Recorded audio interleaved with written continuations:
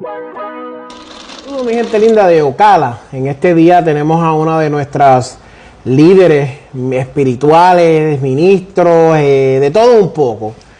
Ya la hemos entrevistado varias veces, pero en el día de hoy queremos hablar acerca de su libro, o de uno de sus libros, ¿verdad? Tu primer libro. Mi primer libro. Queremos hablar acerca de su primer libro y queremos compartir un poco y darle resumen a las personas, porque ya varias personas me han hablado del libro, ya varias personas me han dicho, mira, excelente libro, me encantó, y se han quedado como que, ¡ah! Yo no sabía que eso le había pasado a ellas. Queremos que esta cápsula sea lo que lo lleve a usted a comprar el libro y que usted pueda disfrutarlo y chequearlo y vivirlo en carne propia lo que ya vivió, pero con este resumen le vamos a ayudar a abrirle el entendimiento y el interés para que vaya y lo busque. Háblanos un poco acerca de la carátula del libro y acerca del tema del libro.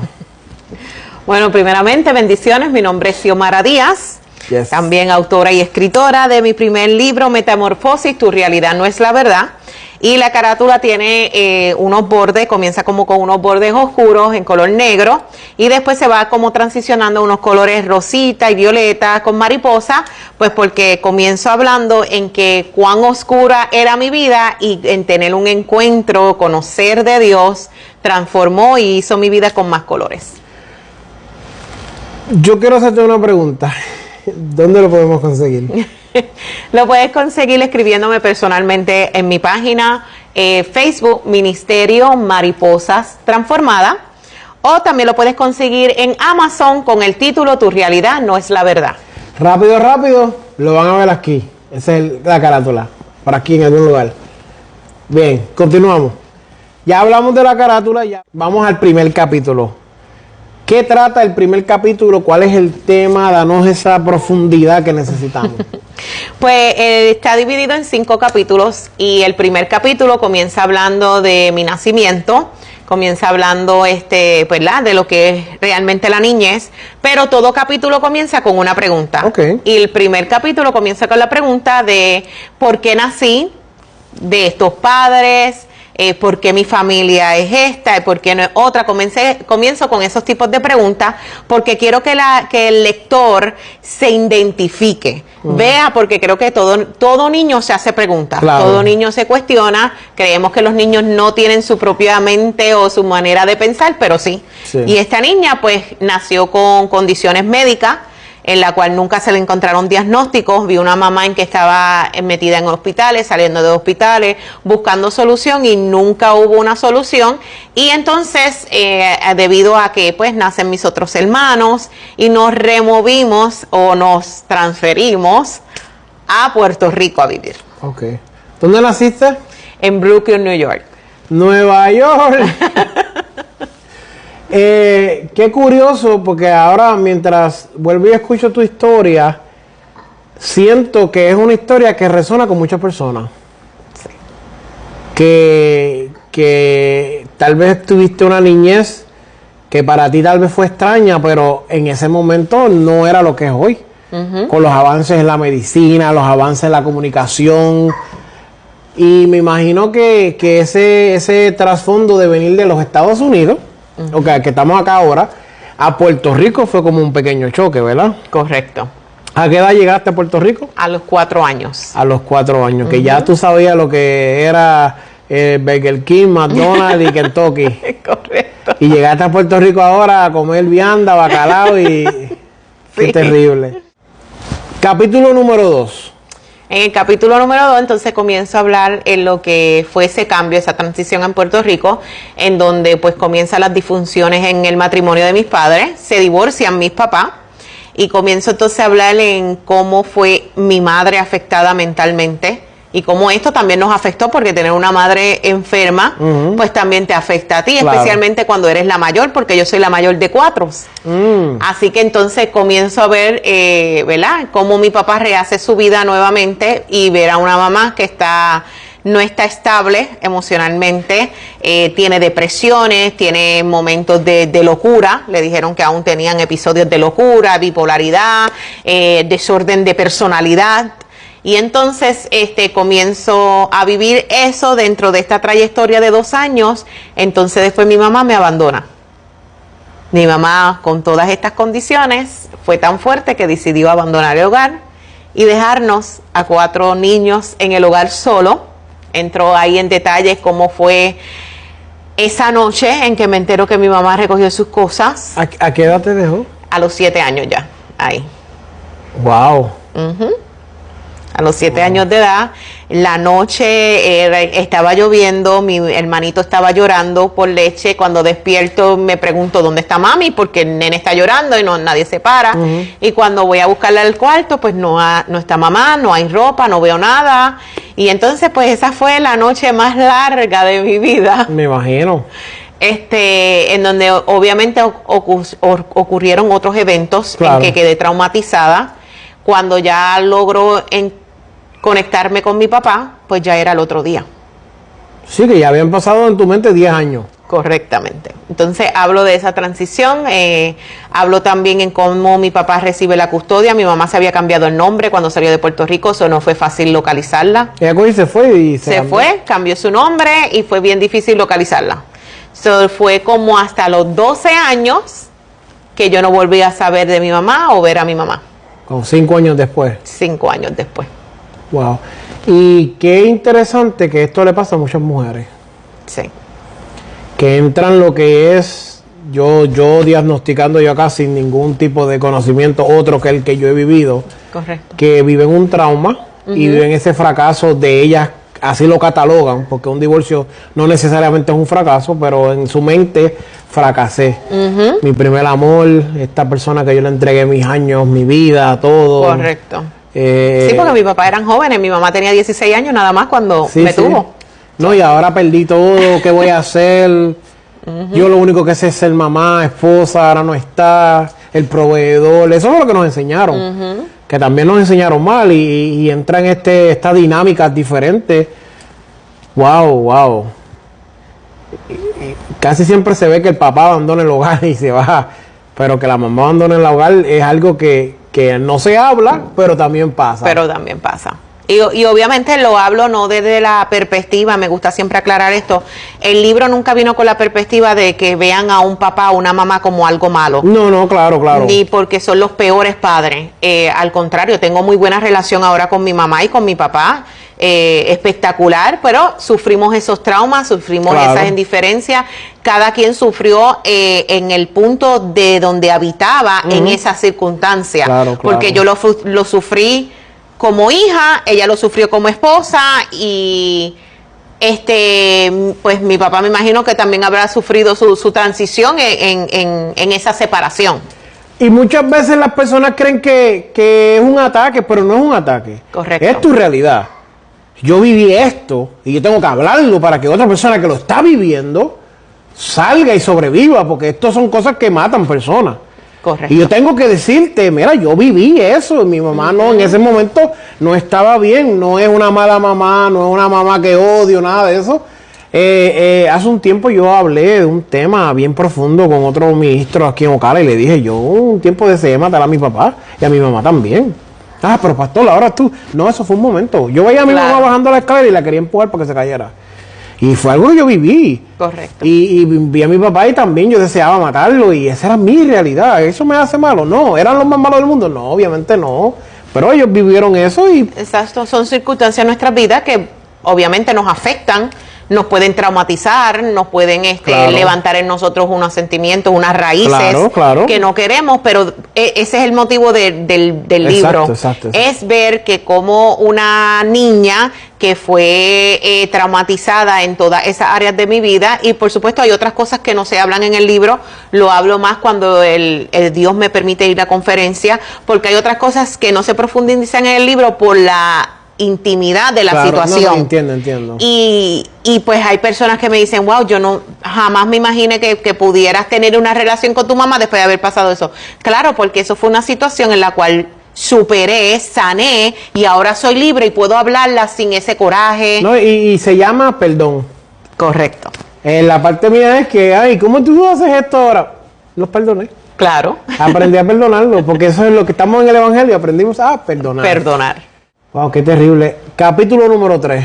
En el capítulo número 3 te hablo entonces después de mi trayectoria como adolescente, joven, viviendo ahí, pues, como ven, mi mamá me abandona, ¿verdad? Se va del hogar, abandona el hogar, la custodia es transferida a mi papá, pero mi papá ya tenía otro matrimonio, ya tenía otra relación, ya estaba, ¿verdad? Con esta relación que él estaba, ya habían tenido un hijo de un matrimonio anterior de la esposa actual. Y esa transición de entrar a un matrimonio ya establecido, un hogar, hablo también de mis traumas emocionales y mentales, verbales que sufrí con mi madrastra. No, tampoco la veo como mala ni nada, pero obviamente una mujer que se acaba de recién casar, que está estableciendo una vida y aquí te entreguen 4 hijos, Tomás, críalo. Tengo una pregunta que me tiene la mente trancada. ¿Cómo tu papá llega y cómo se descubre que tú estabas solo en la casa? Porque en la situación que pasó en el hogar, que mientras ¿verdad? Me di de cuenta que mi mamá se fue, estoy preparándole el biberón al niño, alguien está tratando de meterse a la casa también. Era una noche lluviosa, estaban cayendo truenos. Una de las cosas que yo creé fue el miedo a los truenos y era debido a eso. Obviamente no lo descubrí hasta años después. Sí, lo asociaba con esa noche. Exacto, lo asociaba con esa noche. Yo me tiré a esconderme detrás de un sofá y ahí encontré debajo un celular. Y encontré ese celular, las coincidencias de Dios, y cogí y me sabía el número de la casa de mi papá, que era donde vivía, ¿verdad?, con su esposa en ese momento. Y cuando llamo, ella contesta y me dice, ¿quién es? Y yo digo, yo necesito hablar con mi papá, mi mamá se fue, estamos solos y alguien se está tratando de meter a la casa. Pero eso fue como alrededor de las 3, 4 de la mañana. Yo no vine a ver a mi papá como hasta las 8 de la mañana, porque recuerda que en Puerto Rico cae un torrencial de lluvia y se inunda las carreteras. A lo que él buscaba una transición viable para llegar, pues ya era al otro día en la mañana. Qué terrible, mano. Wow. Búsquenlo, que esto se está poniendo bueno. En este tercer capítulo, pues, hablo referencia a esos traumas que viví. Mi madrastra siempre me vio como la bastarda de mi papá Túa. El apellido de mi papá es Túa, siempre se refiere a nosotros, o los bastardos de Túa. Ay, esa nena no va a llegar a ningún lado porque mira, ni la May la quiso, ¿quién la va a querer en este mundo? Son diferentes ejemplos que hablo en donde, ¿verdad? Crecí con una autoestima sumamente baja de mi persona. Imagínate. No me entendía el por qué existía. Si ni siquiera mi mamá me amó, claro, y ella me lo está diciendo, pues ¿quién me va mal? ¿Quién me va a ver como alguien? Como aunque sea un ser humano. Y ese es un trauma único para personas que han vivido eso. Que tú dudes de tu valor por lo que te han hecho tus papás. Porque se supone que tus papás son puestos aquí en la tierra para protegerte. Y la persona que Dios puso para protegerte no te protege, crea en ti un trauma. Correcto. Y muchas personas viven ese trauma y no lo hablan. Y no saben porque están en ese círculo.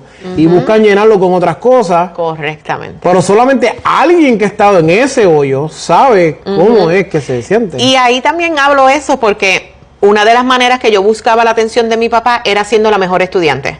Yo decía, si yo saco toda esa, mi papá me va a mirar, porque obviamente pues mi papá entonces se dedica a trabajar para mantener a 4 hijos, más quinto el que ya tenía mi madrastra, más mi madrastra ya estaba embarazada del sexto, somos un total de 6 niños en un hogar, y en Puerto Rico.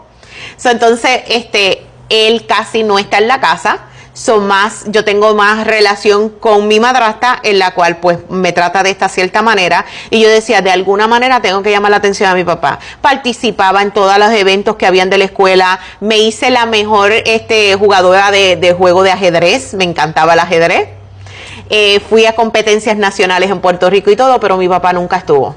Siempre estaba buscando una manera de llamar la atención de mi papá para que me viera y yo poder decirle, ay, alguien me vio. Claro. Hablo de todo eso, después en mi juventud tratar entonces de llamar la atención en que me comencé a maquillar escondidas de mi papá en la escuela, pues me cortaba clases, pues entonces me cogían en la oficina y entonces ahí llegaba mi papá y entonces era una emoción yo ver a mi papá sabiendo que lo estoy haciendo mal, pero no era una emoción porque llegó, me habló, me dijo algo. Sí. Te entiendo porque eso se llama la presencia de tu papá. Tú sacas buenas notas en el cuadro de honor, tú miras, nadie está. Tú haces algo malo, tu papá viene para acá como que contrape y te habla y está a tiempo contigo y vamos a pararnos aquí a comer porque mira. Exacto. Y te encontramos, esto tiene resultado que yo me porté mal. pues me voy a portar mal. Correctamente.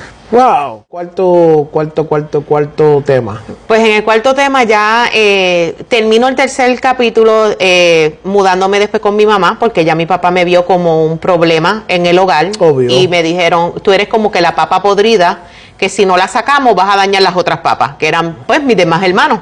So ahí mi papá me envía a los Estados Unidos, en donde vuelvo a reencontrarme con mi mamá biológica. Entonces pues en ese cuarto capítulo comienzo a hablar de esa edad, hasta los 18 años en la high school.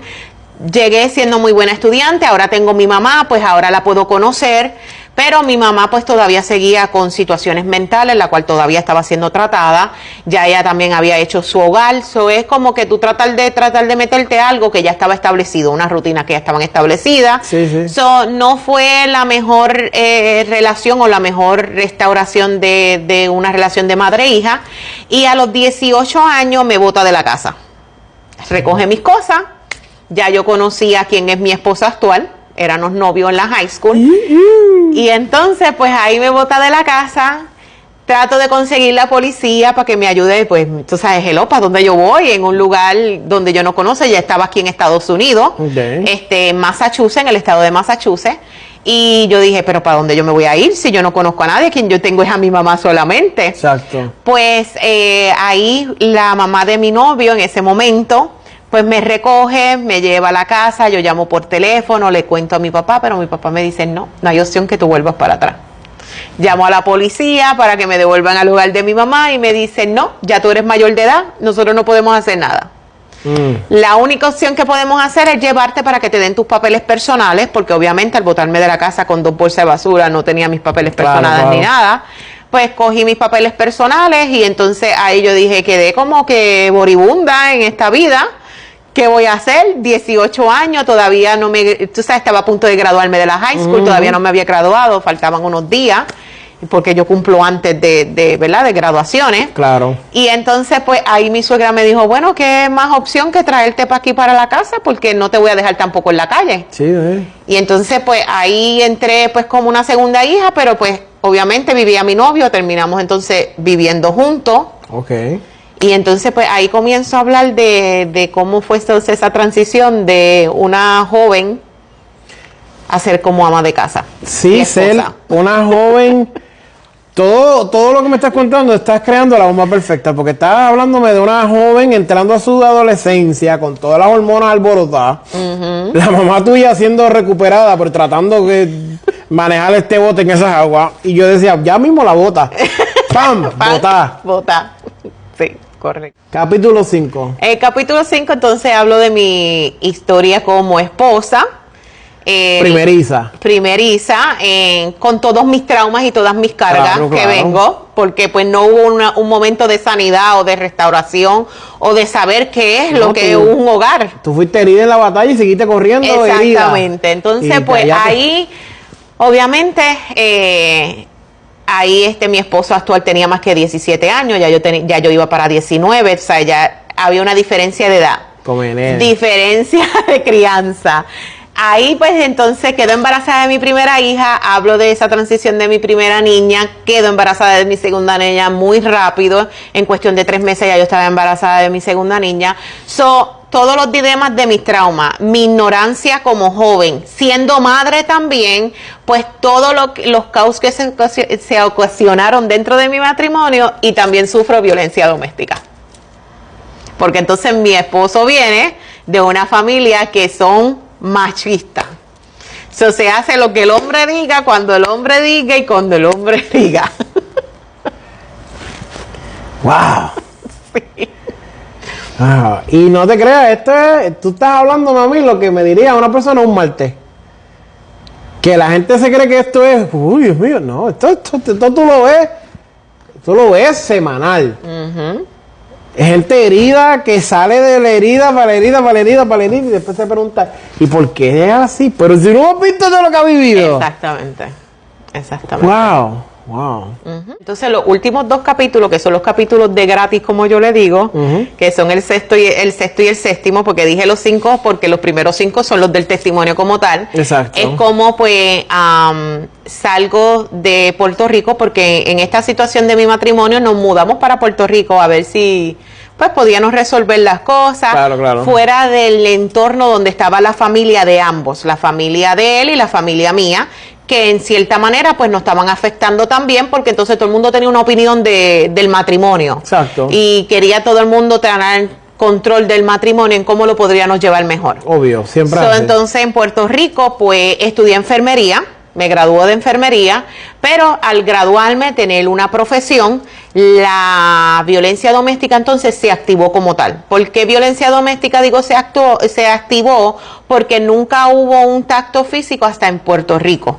Acá pues era, tú eres una bruta, tú no sirves, tú esto, tú no sabes hacer, mira a las nenas. O sea, siempre hubo ese violencia verbal y emocional, pero en Puerto Rico, al hacerme de una profesión, la familia empezó a influir en mi esposo, pues obviamente viene de una familia machista, en que yo me podía ir con un hombre, un doctor o alguien más profesional, porque él era un simple troquero. Y entonces comienzan los acosos celosos de él, en que se me aparecían en los hospitales, en la escuela, y entonces hasta que llegó entonces el maltrato físico realmente, y ahí entonces pues yo fui removida de Puerto Rico de nuevo a los Estados Unidos, a Massachusetts, con mi mamá, bajo la protección de la ley 54 y la custodia de mis 2 hijas mayores. Wow. Que eran, en ese tiempo eran las únicas 2 que tenía. Acá en Massachusetts, entonces, pues obviamente siempre escuché de Dios, siempre pues visitábamos, como te dije al principio, visitábamos, mi madrastra también visitaba, pero no era una cosa que nos crió dentro del evangelio ni nada, sino que escuchaba, visitaba y sabía que había un Dios, pero también habían las preguntas, si existe un Dios, pues entonces ¿por qué yo viví lo que viví? Claro, no, y que habías oído. Exacto. Pero no habías experimentado. No había experimentado. Entonces, pues ya en Massachusetts comienzo entonces a querer arreglar mi vida y a encontrarle sentido a mi vida, porque realmente era como que sigo en un ciclo, pero nunca encuentro algo estable, algo que le diera sentido a mi vida. Y entonces, pues ahí entonces hablo en el último capítulo cómo este encuentro con Dios, cómo entonces comienzo a darle más sentido a mi vida, entonces comienzo a perdonar a mi mamá, comienzo a perdonar a mi papá, y entonces comienzo a establecer vínculos saludables, porque empecé con vínculos saludables, en visitarlos y hablarle un ratito, ¿sabes? Porque a veces pretendemos o pensamos que el perdón trajo la sanidad, pero no.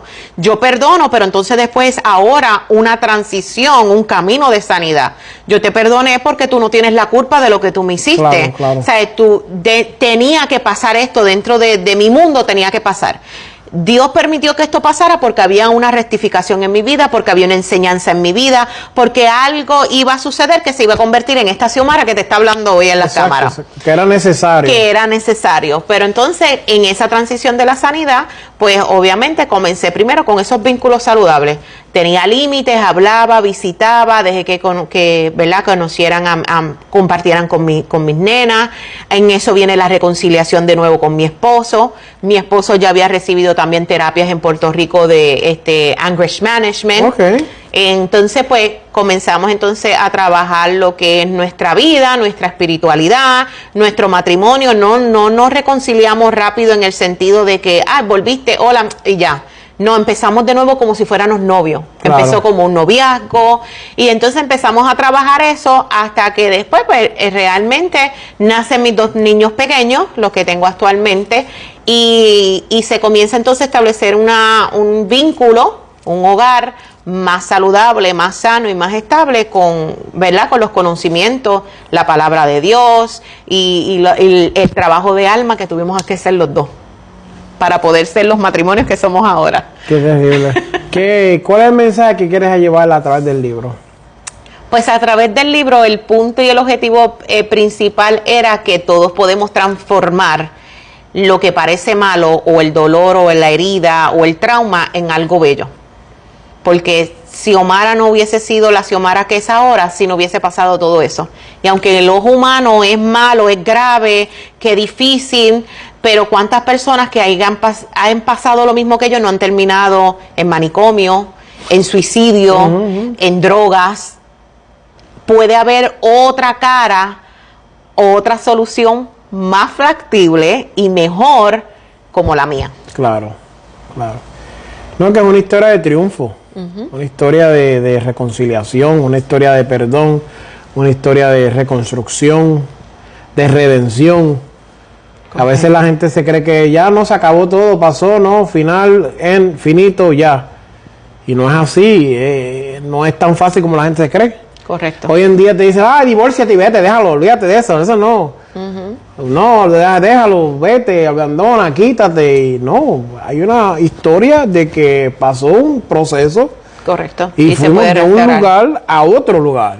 Y ya ni tú eres la misma que empezó, ni él es el mismo que empezó, ni tiene los mismos traumas, ni tiene los mismos toxicidad, como se dice hoy en día. Ya son dos personas totalmente diferentes. Que se unieron, trabajaron y lograron esto. Y esa es la historia. Wow, ¿dónde podemos conseguirlo una vez más para todas aquellas personas que se están conectando? Lo pueden conseguir directamente conmigo. Me pueden escribir a la página de Facebook, Ministerio Mariposa Transformada. O también lo pueden conseguir en Amazon bajo el título o el tema Tu realidad no es la verdad, Xiomara Díaz. Wow, así que ya saben que esto está poderoso. Amén. Ella dijo muchas cosas ahí importantes y fuertes, pero hay más todavía. Hay más todavía, sí. Ella no nos dio todo, ella solamente le dio un piquito para probar. Así que gracias por sintonizarnos, gracias Xiomara una vez más por compartir este libro con nosotros y darnos este resumen de que podamos llevarlo a las redes y la gente lo pueda recibir. Y gracias a ustedes que nos sintonizan. Gracias.